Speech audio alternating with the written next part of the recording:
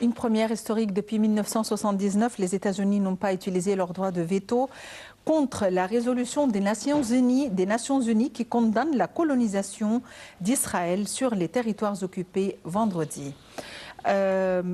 Nous avons été joints par Dr Wael Fouad, analyste politique et professeur à l'université de Ain Shams. Dr Wael Fouad, bonsoir, et bienvenue avec Merci nous. À vous. Donc, apparemment, les États-Unis n'ont pas recouru à leur droit de veto pour une première depuis 1979 contre la résolution des Nations Unies selon laquelle la colonisation juive sur les territoires occupés est condamnée. D'après vous, pourquoi?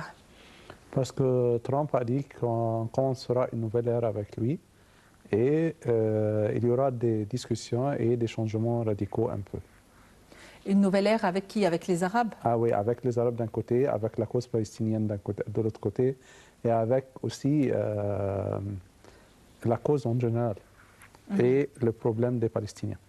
Les États-Unis est un pays d'institutions et il y a toujours une stratégie à long terme. Est-ce que le changement d'un chef d'État va changer ou va dévier la politique américaine? Pas tout à fait, mais dans une certaine mesure, et parce que Obama n'a rien fait tout le long des 8 dernières années. Mais pour Trump, il est là pour, on s'attend à des choses inattendues. Donc on peut, avant de rester avec son corps, avec les gens, son corps aidant ou bien les conseillers, il va choisir, il va modifier la situation un peu. Nous espérons qu'il va travailler en faveur des Arabes pour un certain temps, peut-être améliorer un peu la situation, imposer la solution de deux pays et de deux capitaux. Donc c'est peut-être, mais il est un peu difficile de prévoir et d'être sûr de ces réactions. Et d'après vous, pourquoi est-ce que la presse a mentionné que Benjamin Netanyahu préfère Donald Trump à Obama et que leur relation étendue est qualifiée d'être détestable? Ah oui, parce qu'Obama est en train, à la fin de son mandat, il a eu des discussions et des problèmes avec Netanyahu, donc c'est comme une manière de punir les Juifs et l'État israélien. Donc c'est comme ça, Netanyahu a voulu répondre que voilà, je préfère Trump, vous n'avez rien fait. Donc c'est une sorte de dispute entre...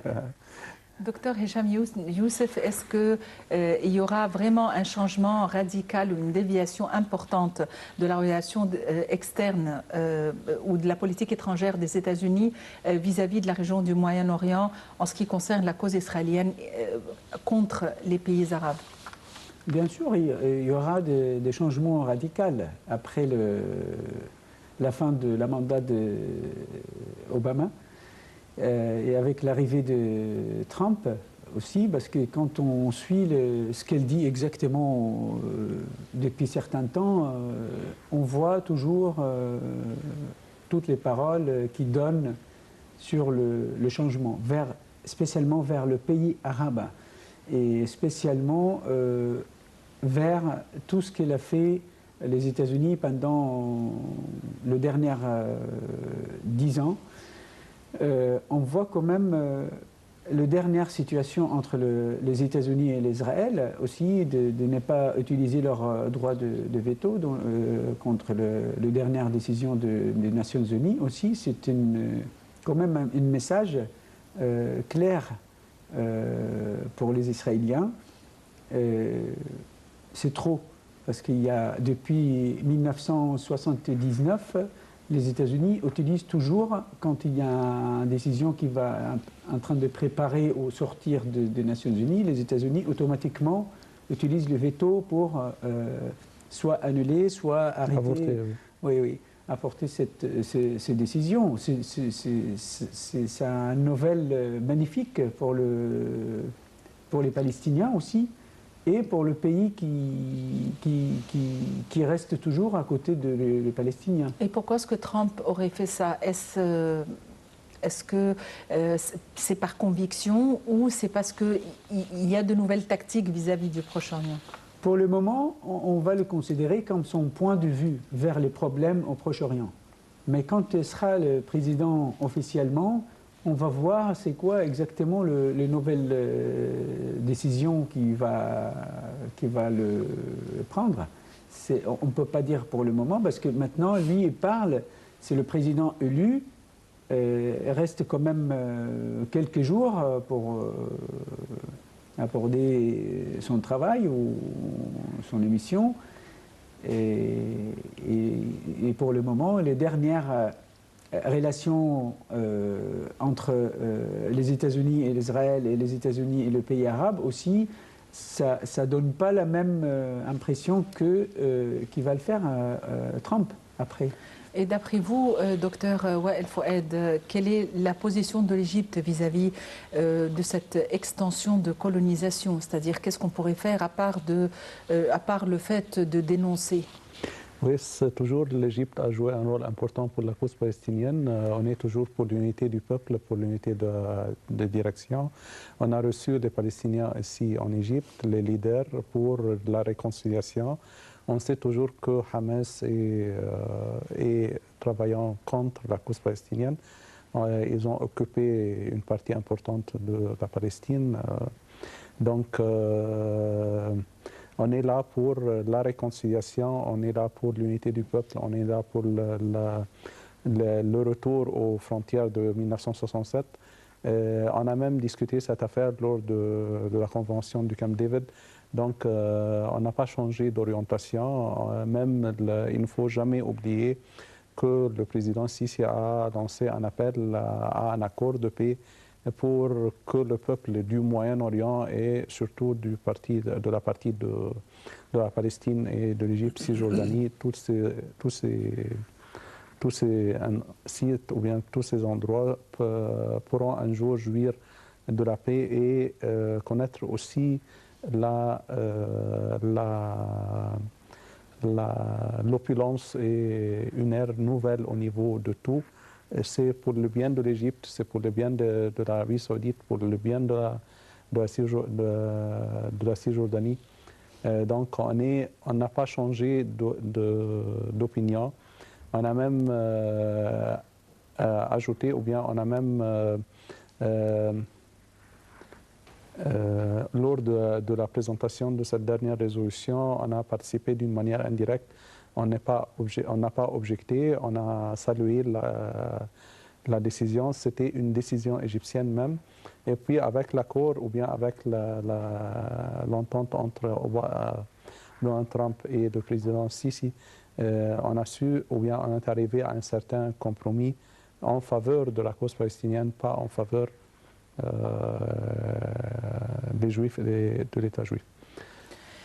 Je vous remercie, docteur Wael Fouad. En fait, on est vraiment à quelques jours, à quelques heures près de la fin de l'année 2016. Il s'est passé beaucoup de choses et il y a eu beaucoup de spéculations pour 2016 et il y en a encore plus pour 2017. Beaucoup de souhaits. Donc, on va passer en revue très rapidement avec mes deux invités. Je vais passer en revue très rapidement avec mes deux invités les événements les plus frappants d'après eux, évidemment, et leurs spéculations et leurs souhaits pour 2017.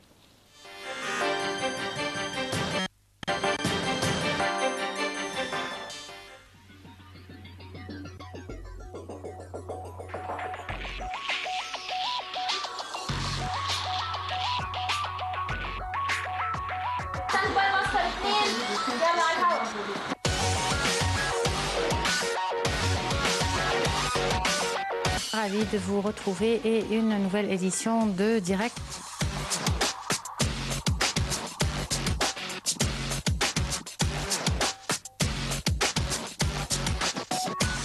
La situation économique en Égypte, où on est exactement. De la situation en Irak où la violence atteint des sommets. Nous allons également parler de la Syrie avec la participation ou la non-participation de l'opposition à la conférence Genève 2.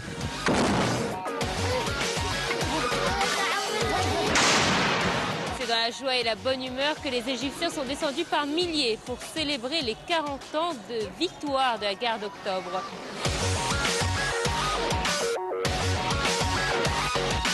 La rédaction de la nouvelle constitution va s'inspirer des anciennes constitutions, mais avec les revendications de janvier 2011 et de 30 juin 2013. Direct aux horaires suivants sur Nile TV International.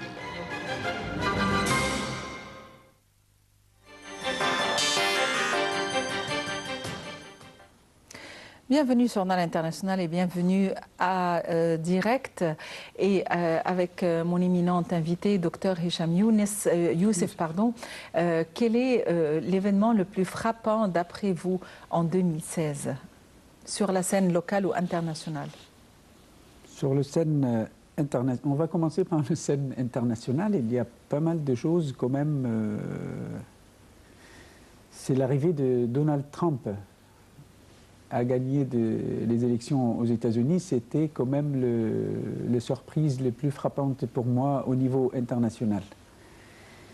Et au niveau national, ici en Égypte, je crois que on a pas mal de choses, beaucoup de choses, beaucoup de projets qui sont déjà presque réalisés. En réalité, sur la scène nationale. Et c'est ça aussi on doit parler de ça, mais ça prend beaucoup de temps de parler de tout ce qui s'est passé pendant l'année 2016, ici en Égypte. Docteur Wael Fouad, quel est l'événement le plus frappant pour vous? D'abord sur la scène locale et sur la scène internationale. Sur la scène locale, il nous faut la décision du 3 novembre. Concernant le tournant décisif de l'économie égyptienne, la dévaluation de la livre égyptienne et du commencement d'une nouvelle période concernant l'investissement et la monnaie égyptienne. Il ne faut aussi jamais oublier qu'il y a des puits de pétrole qui ont été découverts. Il y a aussi des conventions qui ont été signées. On a déclaré que l'Égypte sera l'un des pays les plus riches en pétrole, l'un des plus importants exportateurs durant les 2-3 années à venir. Et c'est une question de temps pour finir les travaux d'épuisement ou bien de préparation de ces puits à fonctionner comme il faut. Aussi, il faut ajouter qu'il y a toujours... il y aura demain ou peut-être dans quelques jours l'arrivée du président Sisi à Port Saïd pour inaugurer un certain nombre de projets très importants là-bas. La loi du service civil, les lois concernant la presse nationale et donc ce sont des lois à discuter, sont été presque promulguées. Il y a aussi un certain nombre infini de projets comme l'installation de l'hôpital des petits-enfants, des nouveaux-nés et des petits-enfants concernant aussi l'autisme à Marsa Matrouh. Ce serait un hôpital international à un endroit très important comme Marsa Matrouh. Et donc l'Égypte est devenue, non seulement on connaît Luxor, on connaît d'autres établissements sanitaires comme 57-357 en Haute-Égypte, mais il y a aussi, on attire ou bien on braque un peu plus de lumière sur l'enfance. Il y a aussi certaines lois pour la femme contre l'harassement. Donc il y a des conférences, des choses faites. Et ce qui a été aussi frappé, il ne faut pas oublier le bombardement de l'église de Saint-Peter à Basseya, qui était un mauvais coup, et qui dit que le terrorisme est en train de se venger, mais il devient de plus en plus faible. C'était un jour noir un jour très désolant, un jour très triste, très frappant pour tout l'Égypte, pour tous les Égyptiens, musulmans et chrétiens. Mais ça n'a pas empêché les festivités quand même. Non, ça n'empêchera pas parce n'a que pas empêché, oui, et ça n'empêchera pas. Comme chrétiens, on célèbre toujours, on est heureux. Ces terroristes ont aidé ces chrétiens à aller au royaume céleste, ce qui est le plus beau moyen d'aller. Un trajet très rapide au cours de la prière, c'est un cadeau, ce n'est pas un acte terroriste. Mais on espère quand même qu'il ne se répète pas. Docteur Hicham Youssef, à votre avis, vous avez mentionné la dépréciation de la livre égyptienne ou il y a plusieurs termes, la libéralisation de la devise et le flottement, enfin, on tourne autour. À votre avis, c'est le sujet du jour, tout le monde en parle, les prix exorbitants. À votre avis, à quoi peut-on s'attendre? D'abord, est-ce que c'était, d'après vous, la bonne démarche à entreprendre et maintenant? C'est la bonne démarche, mais ce n'est pas maintenant. Ça devait être il y a quelques années. Mais moi, avec mes amis qui sont déjà plus d'expérience dans le monde de l'économie, plus que moi, j'ai proposé une idée pour améliorer la situation. Pourquoi pas? On ne fait pas comme la France, par exemple, dans l'année 59-60, pour changer la monnaie. Ça veut dire, en France, ils ont changé chaque 1000 francs anciennes, ça devient un franc, un nouveau franc. Ici, en Égypte, pourquoi pas, on ne change pas notre monnaie aussi. Ça veut dire, par exemple, 25 livres anciennes, ça donne un nouveau livre égyptien. Comme ça, on va voir, le livre égyptien, pour le moment, ça va donner $1,15. Au lieu de regarder, parce que psychologiquement, ce n'est pas très bien pour les gens de regarder le dollar 5, 6, 7, 8... C'est pas bien du tout, psychologiquement. Oui, voilà. Ça risque de crise de nerfs. C'est la même principe. C'est une crise de nerfs, franchement. Écoutez, c'est le même principe de carte et crédit. Le carte et crédit, le principe de créer cette carte-là, c'est pour payer sans avoir de l'argent. Parce que ça nous embête de payer 2000, 3000 livres et de compter comme ça. C'est quand même, il y a des gens qui ne peuvent pas sortir de l'argent facilement. Alors là, avec le carte et crédit, c'est ça le principe de payer, d'acheter, tout ça avec la carte. On ne voit pas de billets d'argent, ça facilite. On a oublié le billet d'argent. On oublie on achète une chaussure avec 2000 livres, par exemple. On ne paye pas 2000 livres comme ça, parce que si on commence à compter 2000 livres pour acheter on va penser. Avec le 5e billet de 100, on va s'arrêter. C'est quoi? C'est n'importe quoi. Alors là, c'est le même principe d'échanger la monnaie. Ça, c'est la seule solution pour nous, psychologiquement, de réduire quand même c'est pas le panique, on est surpris par les quantités. Le problème, c'est que pour retirer la devise qui est en circulation sur le marché, c'est très coûteux. Pour imprimer et trouver les éléments de sécurité et trouver l'encre nécessaire et trouver les éléments de sécurité nécessaires pour faire une nouvelle monnaie, ça coûte énormément. Non, on l'a pour le moment. On a l'imprimerie de la monnaie ici. Ils ont pris, ils sont prêts, ils ont tout ce qu'il faut. Mais ça coûte quand même. Oui, mais ça coûte. Le retirement du marché, ça coûte. Maintenant, tout le monde calcule avec le dollar. Quand on est en train d'acheter, par exemple, une voiture, on ne va pas parler de petites choses, mais on va parler d'une voiture. Une voiture, l'année 2016, ça coûtait $10 000. Et aujourd'hui, c'est $10 000 toujours. Mais $10 000, il y a quelques temps, ça coûtait 80 000 livres. Et en 2017, on va oublier qu'est-ce que c'est qu'une voiture. Parce que oui, celui qui a acheté, c'est terminé. Oui, mais on ne va pas oublier, parce que c'est une obligation. On est obligé maintenant d'acheter une voiture. On ne peut pas acheter une voiture neuve,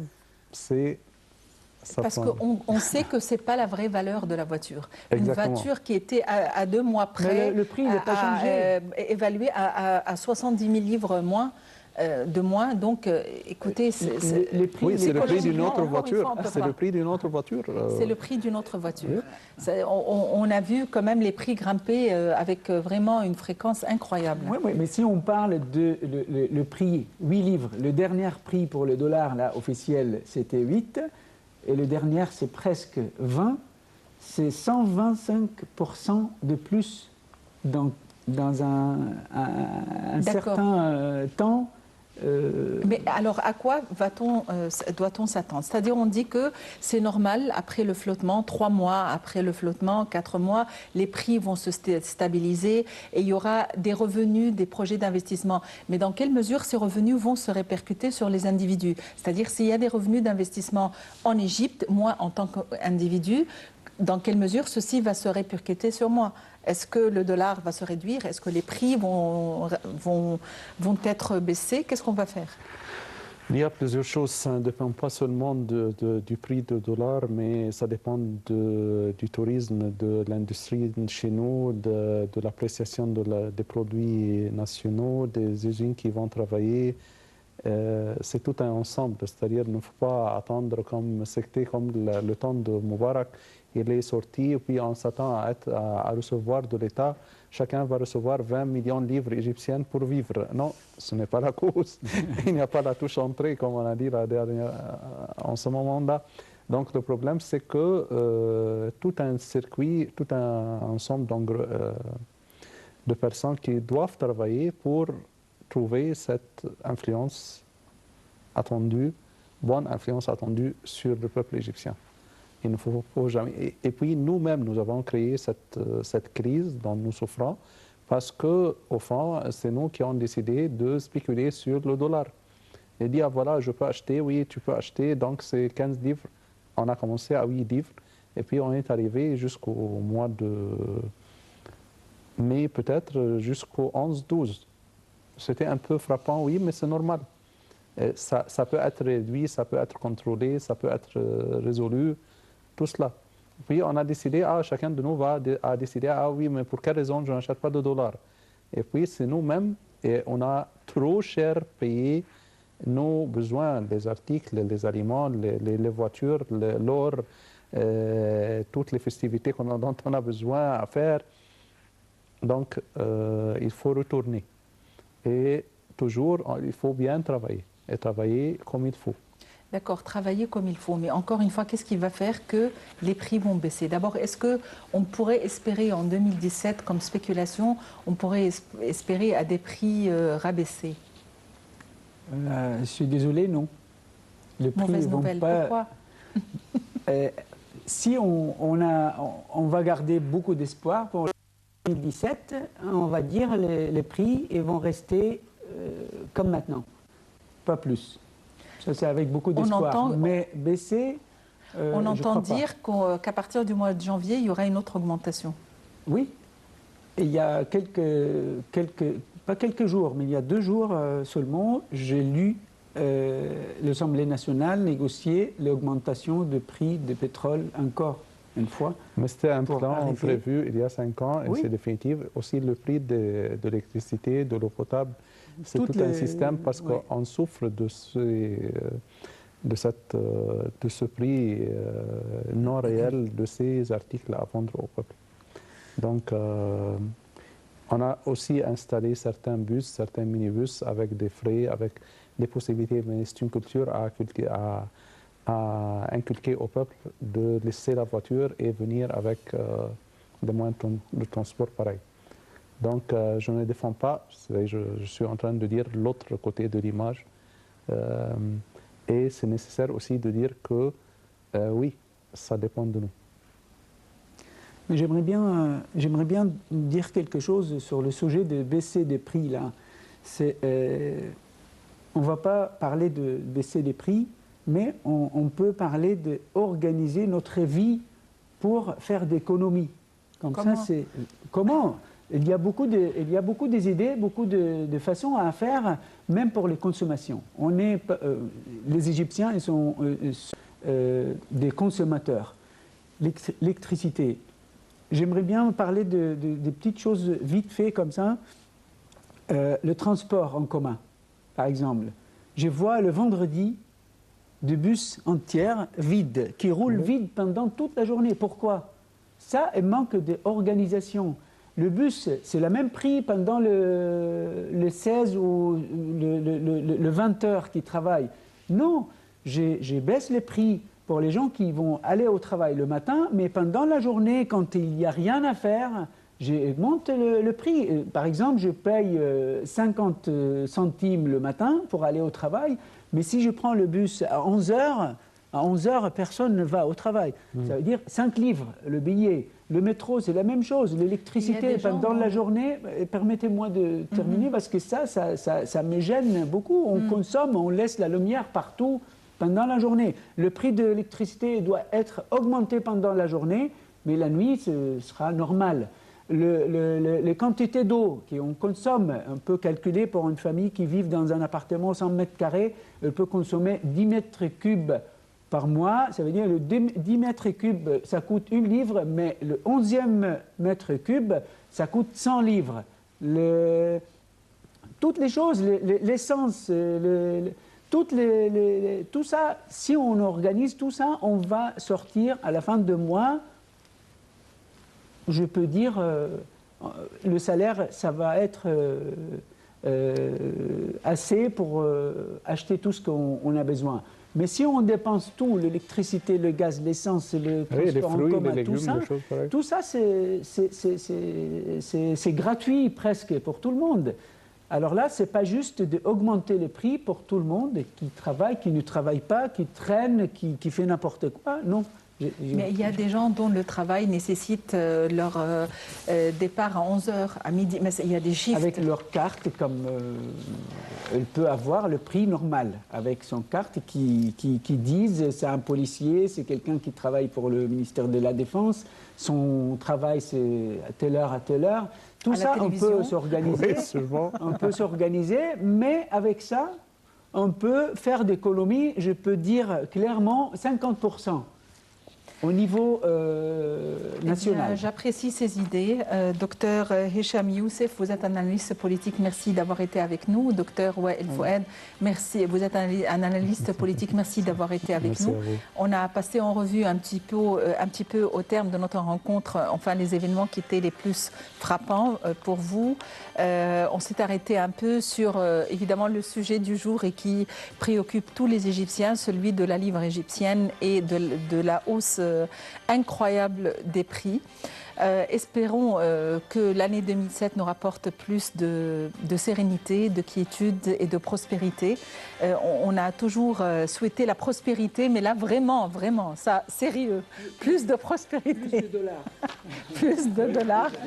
Il y a une nouvelle que la Russie a décidé de relancer le tourisme russe en Égypte. Donc ça peut... oui. Ils ont décidé d'être gentils avec les Égyptiens. Enfin, oui. Bon, alors, merci de nous avoir suivis. Aujourd'hui, nous avons discuté plusieurs volets. Merci de les avoir suivis. C'est bientôt la fin de 2016, donc beaucoup de souhaits. On se croise les doigts pour 2017. Espérons que les choses iront pour le mieux. Merci, très bonne soirée à tous et à la prochaine.